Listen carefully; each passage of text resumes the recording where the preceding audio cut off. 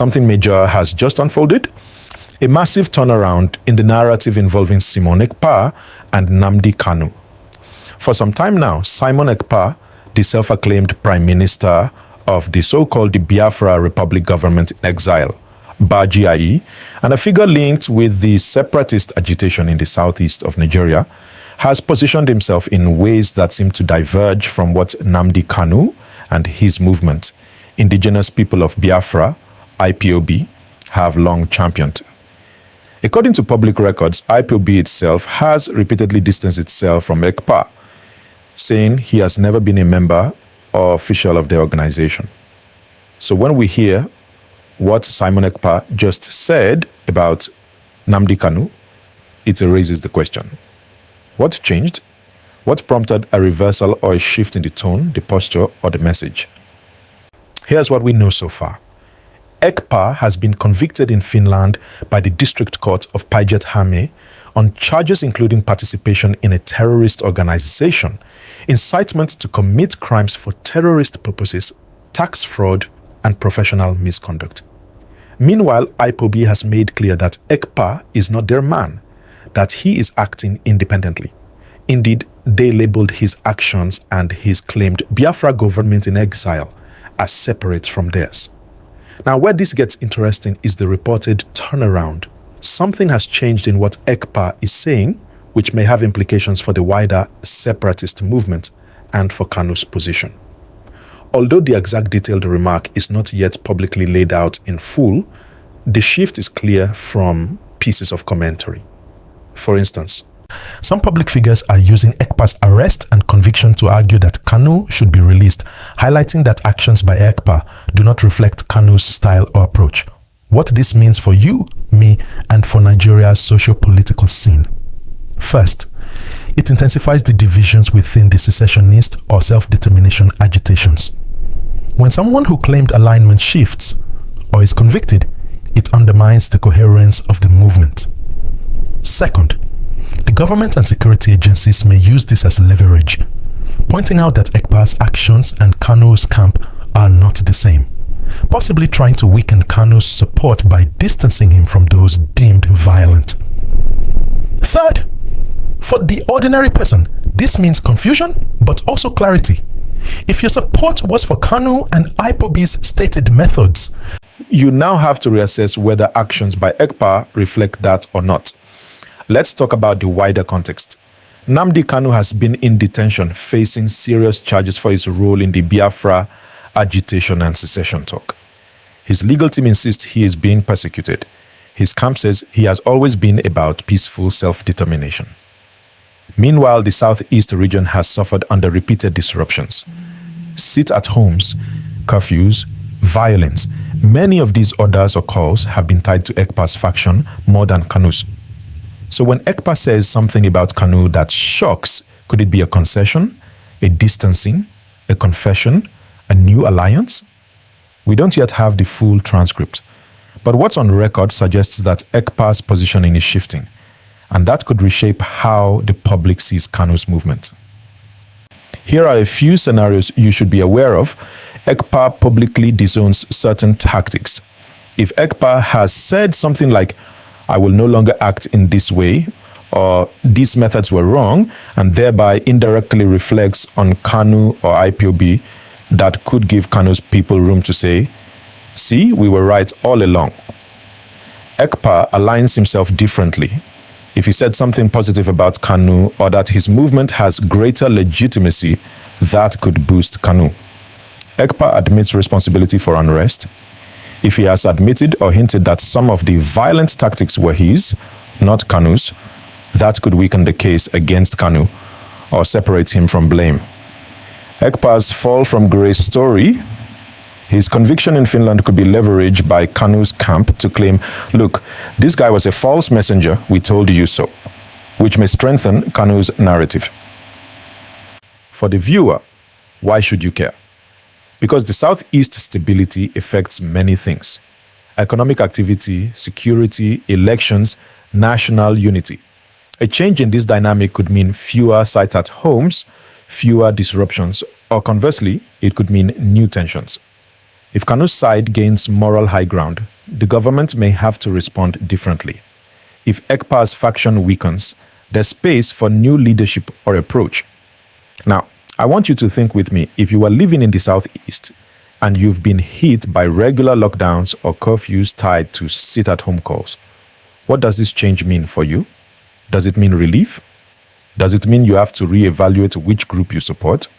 Does it mean the government might engage differently?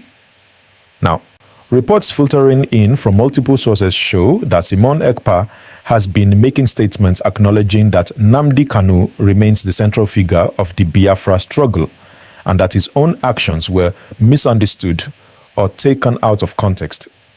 This right here, that small admission, is what many analysts are calling the massive turnaround. Because for months, if not years, there has been visible tension between the two camps.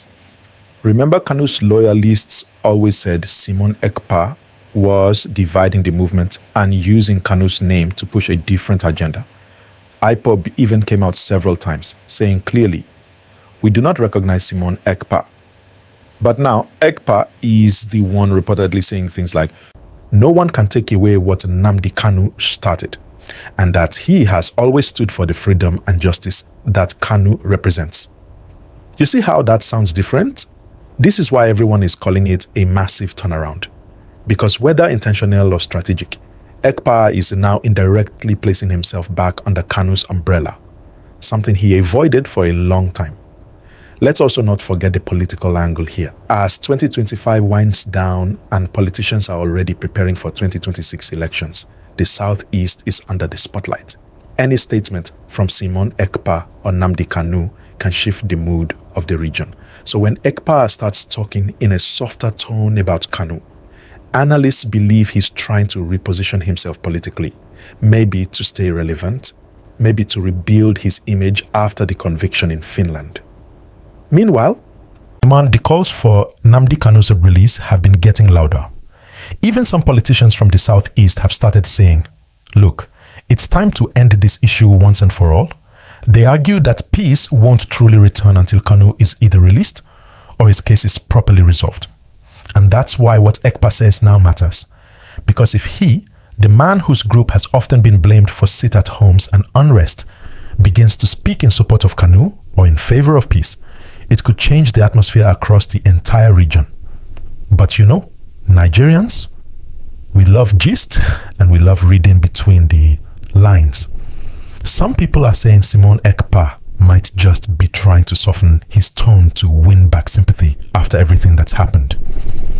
Others say it's a smart move because he sees that the world is now turning against any form of violence or extremism, and he wants to rebrand himself. Think about it. This is a man who was commanding attention from Finland, making video broadcasts almost every day, giving orders to people thousands of miles away. Now, after facing legal consequences abroad, he is sounding more cautious, more diplomatic, even praising Nnamdi Kanu. That's not coincidence. That's strategy. And this is where the gist gets sweet, because those in Kanu's camp are also watching. Many of them don't trust Ekpa anymore. They believe he caused so much damage to Kanu's public image and the Biafra agitation as a whole. Some even say he's trying to come back now because he realizes Kanu's name still holds power and legitimacy that his doesn't. If you're following me so far, hit that like button now and subscribe because we're breaking it down layer by layer. Now, let's talk about how this affects the people on the ground. The traders, the transporters, the students, and families in the Southeast. Every Monday sit-at-home has affected the economy badly.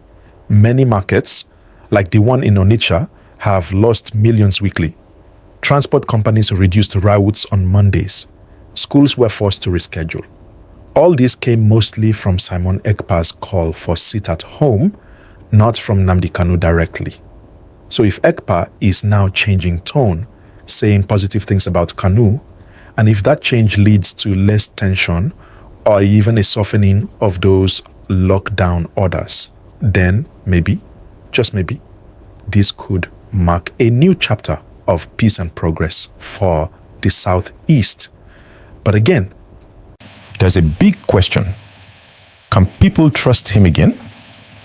Once someone has been linked with actions that brought fear and hardship, can their words easily change hearts? Nigerians don't forget quickly, especially when lives and livelihoods were affected. Another interesting angle is the international response. Simon Ekpa's conviction in Finland has drawn attention from groups monitoring separatist movements. Some international observers are saying Nigeria now has a strong case to request cooperation from foreign governments to curb extremist broadcasts. And that too could push Ekpa to tone down his rhetoric.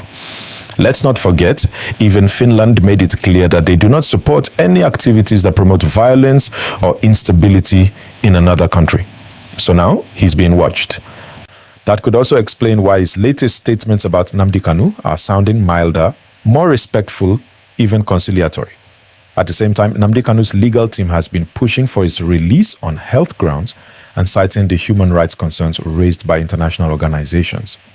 So when someone like Ekpa, who was once loud and aggressive, begins to sound more like a supporter again, it could indirectly help Kanu's cause. It paints him as the true leader who was misunderstood. And the world begins to see the difference between peaceful agitation and violent extremism. So, the big question everyone's asking now is, what's next for Simon Ekpa? Will he continue this soft approach? Will he apologize publicly to those who suffered from his directives? Or is this just a temporary act to gain sympathy and relevance again?